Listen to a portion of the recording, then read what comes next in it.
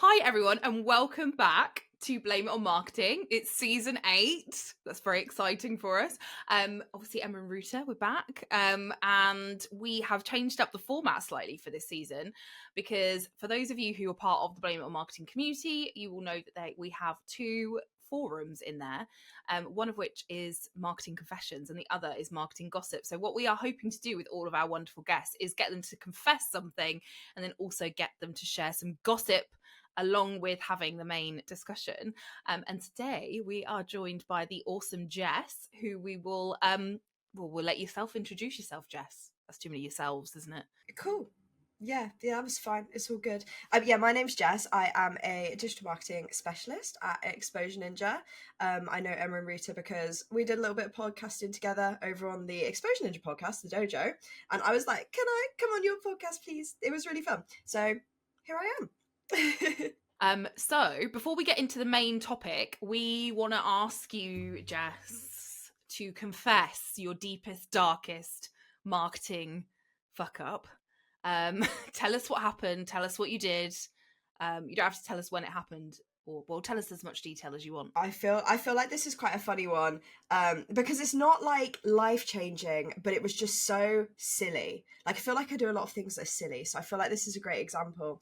But I was working in a job that had a lot of traditional marketing, and I was meant to be on the digital side, but occasionally I'd get roped in to do traditional stuff. And one time I had to write some letters, and I had never really written a professional letter before. You have to put an address on and a date and all that, and I had to do like 200 of them. So I wrote them, printed them out, looked at them, and somebody said, are they not supposed to have a date on? And I was like, my little millennial self was like, why does there need to be a date on this letter? What is the purpose of this? My boss was like, no, you need to redo them all. So I had this like stack of like letters and was like, oh God, I'm going to have to shred these all. Like, that's really embarrassing. So redid them, added the date, printed them again, looked at them and realized that they were double-sided, meaning that every letter had 2 letters on it, which is just like a GDPR nightmare. So then the actual ridiculousness of this situation is that I had like 400 sheets of paper or like 200 sheets of paper like under my desk, and I was in a job where my boss was not very pleasant, and I was like, what am I supposed to do with all this paper? And I was like making all these ridiculous plans, like, oh well, my dad has like a boiler that he like stocks with fire, maybe I can just stocks with wood, maybe I can just take all these letters home and just put them in like the boiler, because I was just so scared of my boss being like, why have you done this? And I'm like, well, maybe if I was doing things that were digital, we wouldn't have had this problem in the first place. Yeah, it would be fine. But yeah, in the end, I did shifts of going to the big shredder and just sneaking a few pieces of paper in at a time. Actually, no, I went on lunch when everybody was on lunch, and I just went and shredded all my papers, and nobody knew. And in my exit interview, I was like, do you know what I did once? I accidentally printed like 400 sheets of paper and then had to shred them all. And it was one of those where it's like, if you haven't written physical letters before, sent them, it should seem like common sense that, oh, check the date and make sure it's not printed double-sided. But if you don't do that because everything you do is digital, it's not common sense. No. So yeah, that was it wasn't like industry changing, it wasn't life changing, but it definitely sat on my shoulder for a long time until I left that job and was like, guess what I did? Yes, it was, yeah, an adventure for sure. In that same business, I also broke the internet for the entire day and nobody could work. But that's a different story for maybe for another time. It was again, it was kind of like, oh, we have a tech person, she can set up her own computer and do everything herself, right? Oh no, apparently plugging a phone in to the phone line actually broke the whole internet. And if tech would have just done it for me and not just expected me to do it like they wouldn't with everybody else, it wouldn't have happened. It was a day before Christmas holiday as well, so like everybody had a lot of stuff to do. Well, actually, I think people were probably grateful because they didn't have to do anything. Yeah, I'm just going to take it as people were grateful and just hopefully. I feel like I forgot about that. I feel like I'm going to be awake all night, girls, after this conversation. Probably reliving really my marketing fails. So today we wanted to go back to the topic of video. We've done a video episode before with the lovely Chris Walker talking about animations and kind of how video isn't the silver bullet to your company's problems. But when we were chatting, and obviously Jess helps run the Dojo podcast, so she's totally in the game when it comes to video production and all of those things. We just kind of got onto like the fact that companies still want to do more video, but they're not doing more video, or they're doing it badly. And I'm sure to the three of us, it's like, it's not that complicated. Like, it's fine. Record something interesting, chop it up, put it online, right? Like, that's the extent of it.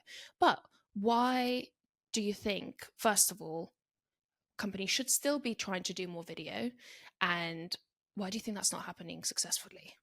Yeah, I think so. Short form video is just the thing. It's the in thing. It has been the in thing since like 2020. I do think the pandemic sped it up because TikTok became like massively popular during that time. And I think it's that whole thing, isn't it? Of attention spans are shortening and people just want to get all the information that they want to get as soon as possible. They don't want to have to seek it out. And also another reason why people love it is because they find out about things that they didn't seek out. You know, when you're on TikTok or you're on Instagram Reels, it's random things that are appearing. It's very rare that I know apparently young people use TikTok as a search engine, but it's very rare that I actually go onto one of these platforms and I'm like, I'm looking for this. So it means I come across stuff all the time. The other thing as well is it's highly, highly targeted. Like you search for something or you interact with one video for just a little bit too long, even if it's a video that you hate. I always find this. I'll watch a video that I'm just not interested in because I'm like, what is happening? This is really strange. And then I end up with like 100 more of those videos on my feed because the algorithm was like, well, she watched that a bit longer, so she definitely wants to look at weird creepy sea creatures over and over again. But it does mean that if you're engaging with like fitness content, you're going to start to see more videos of people talking about, you know, fitness equipment that they use, different brands. And yes, okay, you can get hit with a PPC ad that fits that. But if it's organic and it's like a fitness brand who is, you know, posting something super relatable, and then you're like, wow, that the thing they're wearing looks really nice. How can I get me some of that? Then it kind of brings you in, right? So I think that's one of the reasons why it's still so popular. And I think there's a couple of reasons why I think it's not getting adopted. I think there's a fear. I think there's a misunderstanding of the video production process and what those videos look like before they've been edited. I think people expect that they're going to sit in front of a camera and just go, here's a perfect monologue. And yeah, one take, exactly. One take, here's a perfect monologue, no edits, nothing, because they don't understand the process behind it. So I think that's part of it, as well as like there's a lot of people who will say, for instance, Tim, who does the videos at Exposure Ninja, people will be like, oh, you're so confident, like you're so good. And I know Tim won't mind me roasting him a bit, but in the past videos, like he was awkward. Like, Tim, sorry, but you were awkward. And he knows this. He knows that he was awkward. But it's just getting that practice in. I think a lot of people want that instant gratification. They're like, well, you know, I just want our CEO to be able to do videos right away. I want our sales team to be able to do videos right away and be confident. And that's just not, it's just not feasible at all. I think the second thing as well is that there might be a disconnect between what the senior leadership are after and what maybe the marketing team wants to do. So for instance, I always bring them up, but accounts like Duolingo and Ryanair, they obviously give their social team a lot of freedom. And, you know, they take that risk. And potentially, I do imagine sometimes the seniors are like, okay, that was a little bit close. And I think maybe if we could reel that back in. Like I've even seen when Duolingo was like, actually, we did have to take a video down because our legal team was like, absolutely not. That was too far. But I think there is a lot of fear around letting people just do this kind of more user-generated content vibe or this more chaotic vibe, even though they know it would, the marketing team knows it will hit their audience, but the senior leadership are a bit too scared to take that leap, because even though it's that kind of content is way faster than something that's highly polished, it's also a lot riskier. So yeah, I think those are the two main issues. Do you think it also speaks to the way that people learn? Because I've been thinking about this quite a lot, right? So I sucked at school because I can't, if I read something, I don't digest it and then I'm not able to regurgitate. But if I do something, physically do something, or I watch a video, like I'm a, what do they used to call it? Kinesthetic learner. That this makes me feel really old talking about it like this. But so like that's the way that I learn. So like you say, Jess, that's the way I consume content. That's the way I consume knowledge, by watching and doing. And I think maybe that's why it's like exploded for people, because that traditional form of sitting down and reading a 20-page ebook, or even reading a blog, like I can't barely bring myself to read a blog these days, let alone anything else. I'm like, oh, is there not a video that goes with this? And I think you're right. Or is there People not are a really like summary scared. Yeah. summary social post, right? Like where I'm just like, too Yeah. long, didn't read. What's the key points? Yeah. But yeah, I think people are afraid of making content that either misses the mark, or I think for senior leaders, we've talked about this quite a lot, are afraid of not positioning themselves in the way they want to position themselves, even though the marketing team are like, no, it's about the audience, it's not about us. Yeah, I think there's also a conversation to be had. We actually spoke about this a little bit on the dojo yesterday, and that's different platforms. You can have a very slightly different tone of voice and a different positioning. Like Duolingo, just use them as an example again. Like on their Instagram Reels and their TikTok, they're like ridiculous. Like the stuff that they post, sometimes I'm like, that is gonna do damage, and it doesn't, because they know their audience. But then if you go on their PPC ads, it's really like, here's how to use our app, and look how easy it is, and our owl is like a pro, rather than being like a predator for Dua Lipa or whatever kind of content they're posting this week, and it's a very, very different vibe. And I think that is fine. Like, they're linking the brand together using imagery and, accessibility and understanding. I think that's a thing that Duolingo does quite well, is they're like, we get you. And I feel like they portray that in their ads, but it's just a very different way to when they're doing stuff on TikTok. And I think that's fine. You don't have to be putting the exact same message out on every single platform, and that includes your videos. You can take a bit of a different vibe in your videos if that's what works. You also talked about, Jess, people not necessarily understanding the production that goes into video. And I think a lot of the time, and maybe this is something that marketers get wrong, we will sort of talk about a video as DIY, like do it yourself or do it in-house, and maybe we shoot ourselves in the foot because that makes it sound like it's easy and it's quick, when the reality is, even if you're a good editor, Root is a really good editor, I'm probably substandard. I can do a bit on my Premiere Rush Pro editing software. I'm not quite on Premiere Pro yet. So I can, you can do a certain amount of editing yourself, depending on what the content is. But we are like, yeah, I can get that video out today. Like, we recorded something this morning, we can get it out today.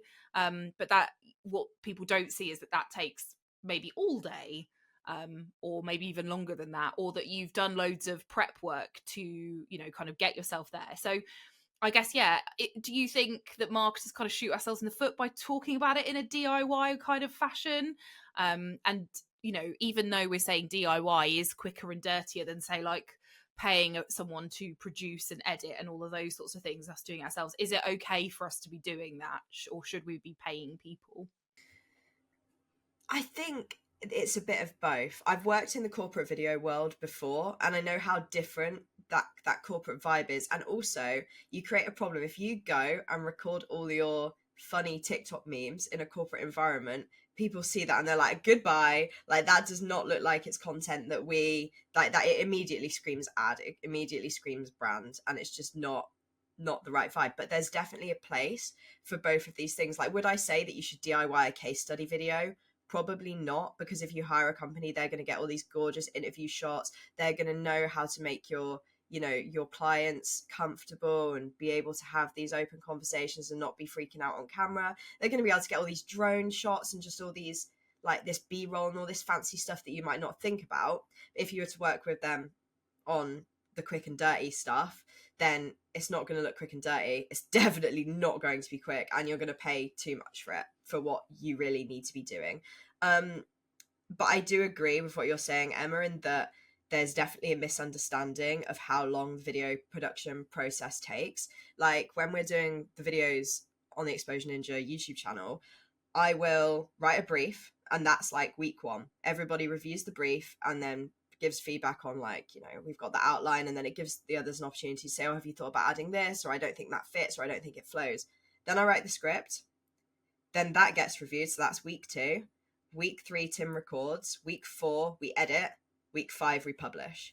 You know, like, it's not like, but that's not like social media, TikTok vibes. That is like our more longer form content on YouTube that's like 15 minutes long, 15 to 20 minutes long. So there's obviously slightly different vibe there. But I think, you know, you have to remember, if you want to do a little video for social media, you probably need a little bit of a script, just so that you're not, even if it's something you know really well, just so that you're like, I want to hit this point and I want to promote this thing. Done. But you need to have a think about that. You need to make sure that you aren't recording in like the dead of night when your lighting's really bad. You know, do you want to be, if you work in like a warehouse, let's say, do you want to be in the field, as it were, making sure that people can see where you are? But then you've also got to spend a little bit of time editing it, finding the perfect sound on Instagram or TikTok, you know, the best audio. Then you've got to write the caption and stuff. So it's not just like, oh, I'm just going to record a quick video and post it when you're working for a company, and when you're trying to think about how best to promote the brand that you're working for. It's not just a case of, I'm going to record a video in the morning. And we all know as marketers as well, that when you say I'm going to record a video in the morning, that's like some kind of weird beacon goes out for everybody to book like a meeting with you, or there's something is on fire and there's all these problems. So definitely don't think that you can just do a video in a day. But there's other stuff you can do, like you can batch record a bunch of stuff on one day, edit a bunch of stuff on one day. You know, you don't have to just do one video at a time, and then you're going to be thinking, oh my god, I only get one video out a week. Actually, you can record a bunch of stuff at once. And there's no harm in taking clips from something like a podcast or like a longer video and posting them to social media as well. So there's a lot of different ways you can tackle it, but just don't think it's like a quick job. And this goes for like marketing managers who are more used to working with traditional stuff, or business owners who are like, let's do video, that'll be fun. Please just understand, it's not just like, if you've seen your kids like picking up a TikTok and doing a dance for 2 minutes and then posting it, that is not what is happening in in the marketing zone at all. So yeah, just be wary of that. And also don't listen to these people who are like marketing gurus who are teaching you how to drop ship and say you can do like 1 million videos in a day. Like, yeah, okay, if you're working on your own and you don't really care about your brand, then that's fine. But if you're working in a more corporate setting, you really need to think about it. You mentioned how you've got this like four-week process for your longer form videos on YouTube. And by the way, they're excellent. If you haven't looked at Exposure Ninja videos on YouTube, they're great. But they're so good. They look easy. You know, like when someone's an incredible dancer or athlete, they make it look so easy. And it's a 15-minute video. So like, how the fuck has it taken 4 weeks to produce that? That's ridiculous, right? But it's like that because of that, not in spite of that. Yes, that is 100% it. And you have to also remember, like, to be able to put out a video, we still put out a video every week, and the quality is higher, the audience targeting is higher, the general, like, Tim's performance is higher. Like, everything is just laser focused on how to share the most information while also getting leads. And yeah, it needs that time, and it pays off. Most of our leads come from YouTube, so it's not something to laugh at. Like, the process works. Yeah, I think I've got a really good experience of this. So like Liam, who some of you might know, he's been on this podcast and he helps us with social stuff and all sorts of other bits. Liam and I recorded a series of like comedy sketches that were called The Marketing Experts, which we kind of dreamt up. It's ridiculous. It's characters. It's really stupid. Let's bear in mind, Liam is also a professional actor. I'm not, obviously. BTEC in performing arts, everybody. Go me. But you can tell which one of us is a professional actor when you watch the videos. But we sat down. So each one, so we did, I think, like 5 or 6 sketches when we originally did it. Each sketch took us like half a morning to write. Then we would obviously get into costume. which takes, I mean, I don't know, not that long because, you know, whatever. But we then had to set up, there's a green screen that was set up. There was, Liam's got professional lighting. There's mics to set up. So there's all the audio stuff that goes into it. Then there's the recording. Then there are a million fuck ups that happen because, you know, like you say, Jess, not perfect. And then once you've actually got something in the can that you think is good, there's all the editing that goes into it. So I would say each one of those sketches maybe took 2 days to make. And so people are like, yeah, let's just do some comedy. Let's 60 just do seconds? This stuff. Oh, I think the longest one is like 2 minutes. Yeah. And it's like 2 days worth of work, if not more.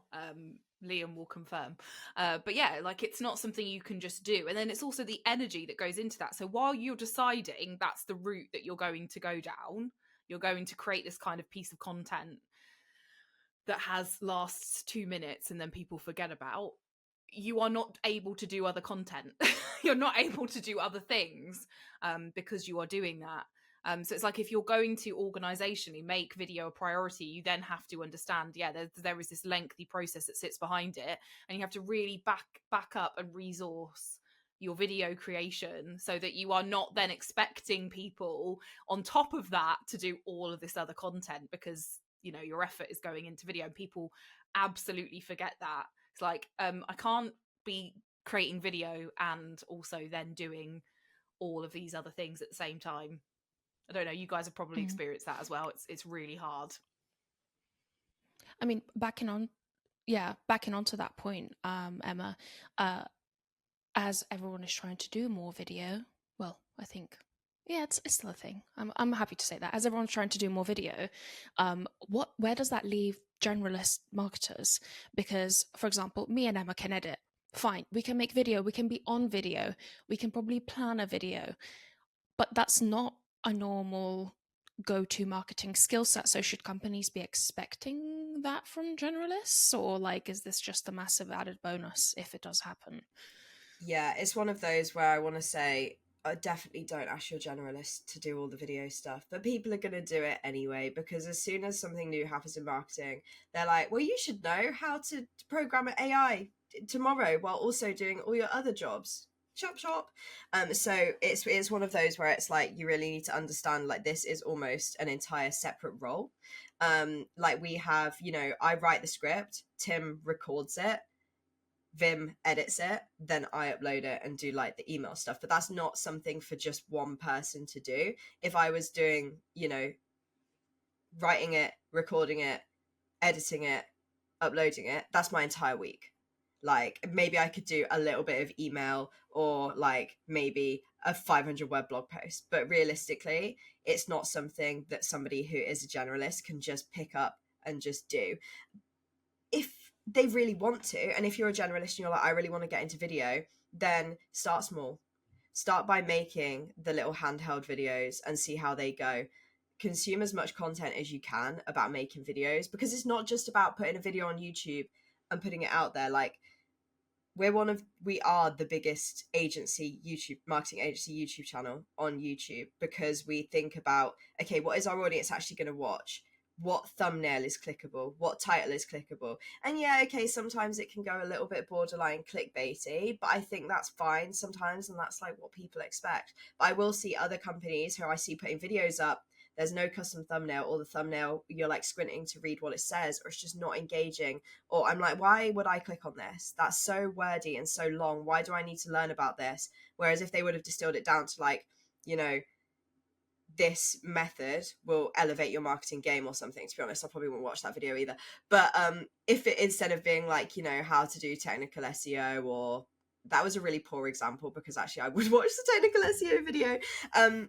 But it's what I'm trying to say here is make sure you understand what your audience is actually going to click on, but also you need to find that balance between chasing the dragon and chasing views, and being willing to be like, is this going to get us leads and sales? And if it's not, then potentially you need to rethink. And that I do not mean by that you need to, all your videos need to be fully promotional, because that's not it. But yeah. But you need to also be thinking, okay, is my audience going to watch, for instance, how to scale a drop shipping business? Is not something that a business that us at Exposure Ninja would work with, because it's just not in our remit. Whereas something that's to do with like how to scale your healthcare business, that is in our audience, and that makes a lot more sense. So you might see, oh, on Google Trends it says, well, everybody wants to know about how to market their dropshipping business, but you don't cater to that audience. Then why are you doing that? So yeah, it's just definitely finding that balance between getting those views, but also understanding the quality of a view. And if you get a video with 500 views where 50% of people convert, surely that's way better than a video with 100,000 views where 3 people convert. Like, you know, so definitely I think that's a danger that you can fall into. I kind of went on a bit of a tangent there, but there is this whole thing that happens where senior leadership might be like, well, how many views are you getting? How many views are you getting? And that's the focus. And then all of a sudden they go, are you getting all these views, but where are the leads? And you were like, oh, well, if we would have focused on leads from the start, then you wouldn't be asking this question. So I think, yeah, finding that balance is so important. Yeah. It's like, what is the purpose of the piece of content? Because like your content can, you know, like obviously if it is to convert people, then obviously, you know, the focus of that is probably leads or whatever, you know, whatever metrics you use around conversions. If it is going to be for brand awareness, like, you know, let's say, for example, you're doing a podcast. I think traditionally most people do a podcast for increased brand awareness. I'd be very interested in people who do podcasts and actually manage to convert people into leads. Would love to hear from you and how you do that. But I think that's, you know, traditionally why people do them. And so therefore, you know, like be clear on that purpose. So if, for example, your business is like, our bottom line's looking bad, our pipeline's really shaky, and you want to put loads of effort into a podcast, I would be asking you why the hell you're doing that, versus if, say, for example, like you say, Jess, you're creating those long form pieces of content that actually convert people, that are really niche and specific for your audience, that could generate leads and therefore help stabilize your pipeline and your revenue. Great, you've got the reason behind why you're producing the content and why you're taking that time. But I think as marketers, we need to be crystal clear on why we're doing that stuff, because otherwise that is where people are like, I don't take this very seriously, because that's the next question. Because I think there is that. I think in any type of content that you make where people are, in particular, you know, lots of senior leaders are a bit like, why are you doing this thing? And people don't necessarily have much respect for that whole process, especially when it comes to video. So yeah, I'm interested in your take on that, Jess, in terms of why potentially, I mean, we've touched on quite a bit of it, but why people maybe don't take the video stuff as seriously as they should do, especially because you're talking about the fact you've managed to convert off it. Yeah, I do think it's one of those where it's like, well, people are telling us we have to do it, so let's just put something out. And then there's kind of like, well, what do we want to share? Oh, well, we're you know, having a fun party, let's film that. Or we're having an away day, let's film that, which is fine if your goal is you know, kind of recruitment and stuff or whatever. And then they're like, oh, well, what's happening around us that we can film that people might think is kind of cool, rather than treating it as like an educational exercise. Like we always say, our YouTube channel is meant to be like edutainment. Like we're trying to make it interesting, but it's also educational. And I think it's having that goal. I was going to say having that goal clear from the start, but actually it's fine if your goal changes. It's fine if, like, at one point our goal was to be the biggest agency channel on YouTube, and then we achieved that, and now we're like, okay, well, how do we refine this for lead generation and start getting a bit more defined with that? Or if maybe you want to do YouTube for a certain reason, maybe it's just because you want clout, that's absolutely fine, you know. But it's just making sure that you're very aware of how much you're spending on it and what you expect to get the returns from it. Because if you are going after it as a clout exercise and you are posting videos of the corporate away day, and then you're like, we didn't get any leads from this, showing our staff having a fun time, why didn't we get leads? And it's like, well, did you think you were going to, or was that, reframe it, think about it in a different way. Well, this actually shows that we're a really fun company to work for, and this is exactly the kind of content we want to put in front of potential hires, which is a great goal to have. But yeah, I think it's fine for your goal to change. It's fine if you just want to just post as much as possible to see what sticks. And it's fine if you're just doing it as like a recruitment exercise. There's a lot. I feel like I didn't answer your question there, Emma. Can I throw in why I think the video process isn't very respected? So I think most of us know about making video from watching people on YouTube, probably. That was like the first explosion of self-generated content, right? I don't know if we can call it that, just self-produced video content. And I think the millennials, dare I say that, maybe the Gen Xers, they can appreciate that, and they don't automatically think like, oh, if this 15-year-old is making videos, it must be so easy. But I think potentially the older generation, maybe the senior managers, they're like, well, I know, I'm sorry, everyone. They look at these videos and they're like, well, you know, all of these kids or all of these like now people that have made a job out of YouTube started from nothing. They didn't know anything. It can't be that hard, you know, like, and you never see the work behind the scenes, right? Or that it took somebody years to learn how to do video well, or years to get big on YouTube because, you know, they had to figure stuff out. So I think that's one of the reasons why video isn't as respected as like written content, for example, because I think with written content we've all kind of grown up with like idealizing books and writers and all of those things, whilst maybe not necessarily idealizing people that make great video outside of probably cinema, but these, like, you know, the videos that we make, they're not seen as like high grade, fancy, respectable, not respectable, but like, you know, just impressive things. Yeah, this is such a fantastic insight. And this is the thing, is we get a lot of people who come to us and go, I could never do what you do. I don't have that skill. And I'm like I said, you go back far depths of the Exposure Ninja YouTube channel and you will see a very awkward Tim. Sorry again, Tim. Neither did but we. it's the same. It's the same.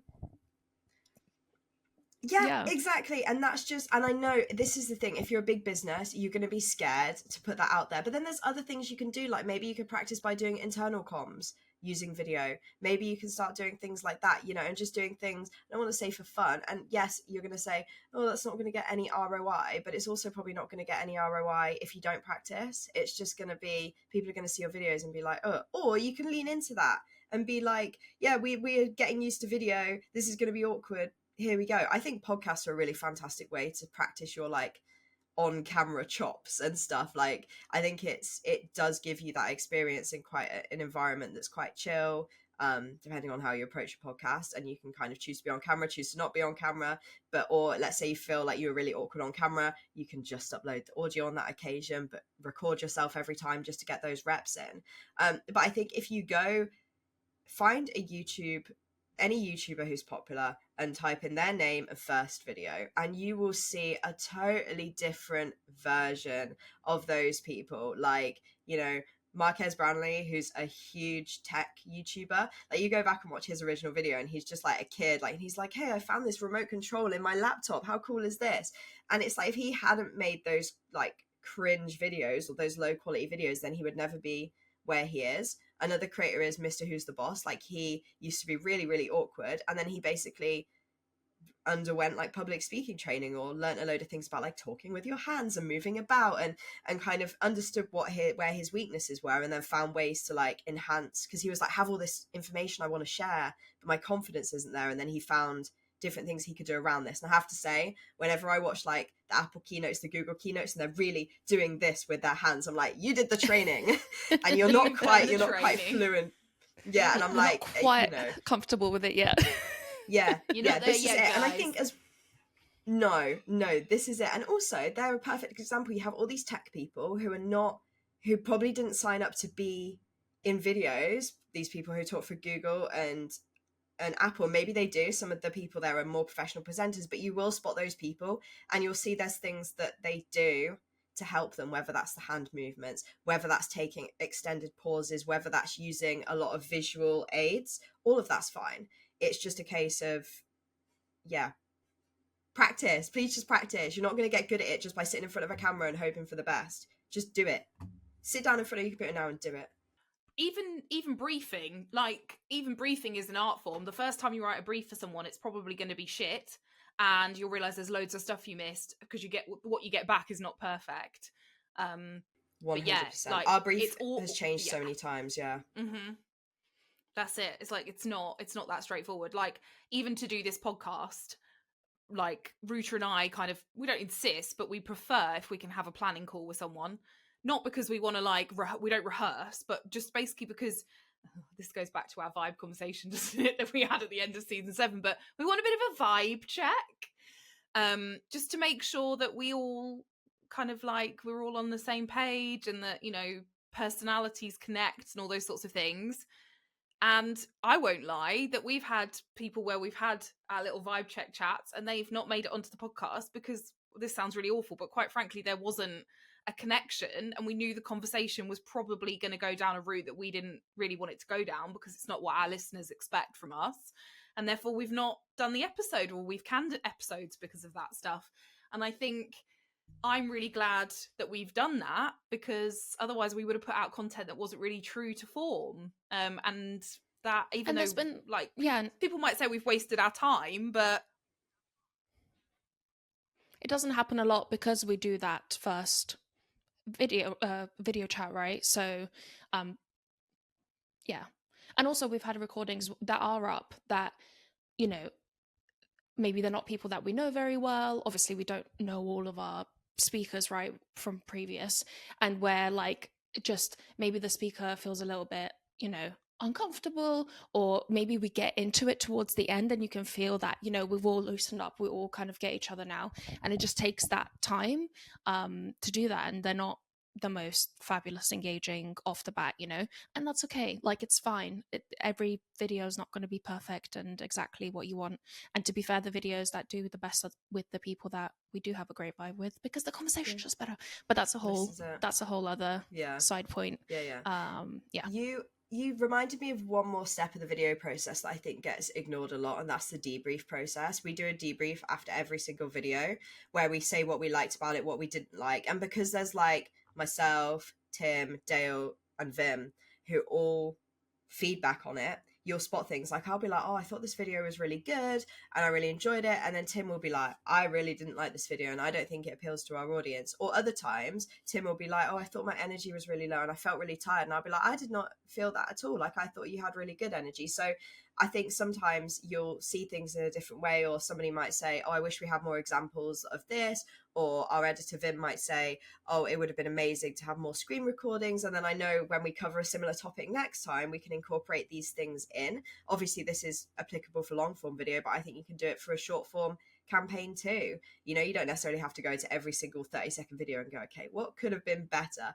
But I think looking at things as a whole and saying, okay, next time I do this, I know, oh, I want to move my camera or do a different angle, or I want to make sure I'm filming on a day when this person's in because they have great energy and I really want to film with them, or they turned up out of the blue last time I was filming and it just really helps. There's all these little things that you'll pick up on. If you never do that, you're never going to be able to improve. Like, it's very easy to just look at the stats and go, oh, well, this video bombed, better look next time. But if you actually go, okay, our presenter's energy was low, and actually looking back on it, the topic maybe wasn't as suitable for our audience as we thought. Like, why did that happen? Because sometimes, we do all the briefing, and sometimes at the brief stage we'll go, no, this isn't for us, like this is too repetitive, or it's just not for our audience. But sometimes we'll have the same thing, but have the opposite happen where we think it's really good for our audience, and then the video goes live and it bombs, and we're like, okay, we need to figure out why. Awesome. Okay, so in the last few minutes of this conversation, we want to just talk quickly about whether you've got any marketing gossip for us, Jess. So anything that's been on your mind recently, marketing wise, that you're like, or anything that's annoyed you? Yeah, my main thing, this is just a plea for marketers. Stop ruining AI for everybody else. I'm sick of it. I'm sick. Like, AI can be really helpful for a lot of different things in marketing. It's super useful. If I'm having an empty brain moment, I can go to AI and it can help me. Or if I'm trying to say something that I know really well and I'm trying to, I don't want to say dumb it down, but I'm trying to explain it in a better way for the audience, or explain it a different way, AI's got my back. So stop AI generating horrible images and posting them as part of your marketing strategy. Like, you're just ruining it for everyone. It's irritating. Or stop AI generating, like, I spoke about this on the podcast a while ago, but I got an email from a vegan protein company about how to get more protein in your diet as a woman, and it listed eggs, cheese, beef, chicken, and I was like, you're just making customers not trust you, but also not trusting that marketers that do use AI are using it in a proper way. And it just winds me up. Stop it. But yeah, it's just, I keep seeing, like, I'll go on social media and see people just all day, they rag on AI. And this is like the general public. They're making fake Google AI generated results that are just ridiculous. Like, the day it was released, people were releasing this. Like, they were already done with it. And I think there are a lot of marketers, like, I get emails all the time, like, do everything with AI, and that's fine, but just do. Yeah, but this is the thing, I have this real weird stance where I'm like, I think AI is so helpful, I use it in a lot of my processes, it's really useful to me when I'm working for EN and in my own business to help me say different things in a different way, or just like when I'm having that mental block. But yeah, there's some people that are really over relying on it, and I'm just like, slow down, you're ruining it for everybody else. Stop. We spoke about this on one of our podcasts, didn't we? The fact that what I'm worried about with AI is that there'll be no marketers to check basically whether what it produced was good or not, and whether it's something that you should be posting and using. Because I think a lot of these type of emails as well, they're potentially coming from non-marketers that are just like, oh, well, I can just use ChatGPT to write emails now, I don't need anyone professional to look at this. And it's like, no, it's a little more deep than that. Like, there's a skill set behind knowing what's appropriate, and maybe one day you'll train your AIs good enough that they do work like a marketer. But if you're putting out emails like how to eat more protein as a woman, you're probably not there yet. So Step away from the AI, use it appropriately. Step away from chat, leave it alone. This is it. And I think something else that's really important as well is it can be very easy to go, well, oh, the silly parts of marketing, like creating video thumbnails or creating social media parts, the bits that are easy, get the AI to do that. Whereas actually a lot of us really enjoy doing that. We would rather do that than maybe write an email sequence. But there's some people who will say, well, I would rather make the email sequence rather than the social media post, and that's fine. Just to clarify, because I know there were people who would be like, what about me? And I'm like, I was thinking about you. But yeah, I think, like, stop using AI to generate the things that are actually really fun, and, like, you know, use AI on the bits that suck, and then free up that time to do the fun creative stuff. I always see these jokes, it's like, why is AI doing our artwork for us and writing our stories for us when it should be doing our washing up? And I know it's not that straightforward. I have people give me an attitude about this all the time, yeah, where people are like, oh, but you would need a machine to do your laundry. I'm like, shut up. We're just having fun here. We're just having a little fun conversation. But get it to my taxes then. There we go. Get it to my taxes, and then I can create fun social media posts and all these things. Yeah, that is a piece of tech that's I know people are going to go, yeah, this is it. And I know there's going to be people who go, well, I really love the boring stuff. That's fine. I'm not talking about you. I'm talking about the people who have been told. It's whatever the boring bits are to you, right? It's do the boring bits with the AI. And if you find video boring, sure, but keep the fun bits of your job for yourself, you know, and you can probably do them way better anyway. And use it. Yeah, it's just that whole, like you said, use it appropriately. Like, you don't get it to do the whole job. Like, you probably can't. There are some of bits of the job that are boring that you do have to do yourself, unfortunately. Okay, you just do. Thank you so much for joining us. It's been lovely. I highly recommend you guys go check out Exposure Ninja's content and the dojo, and we'll link the podcast that we were on with Jess and Tim.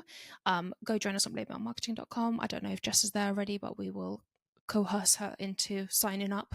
So if you have any questions about video, maybe she'll be able to answer them for you. Thank you so much, and have a great day, everyone.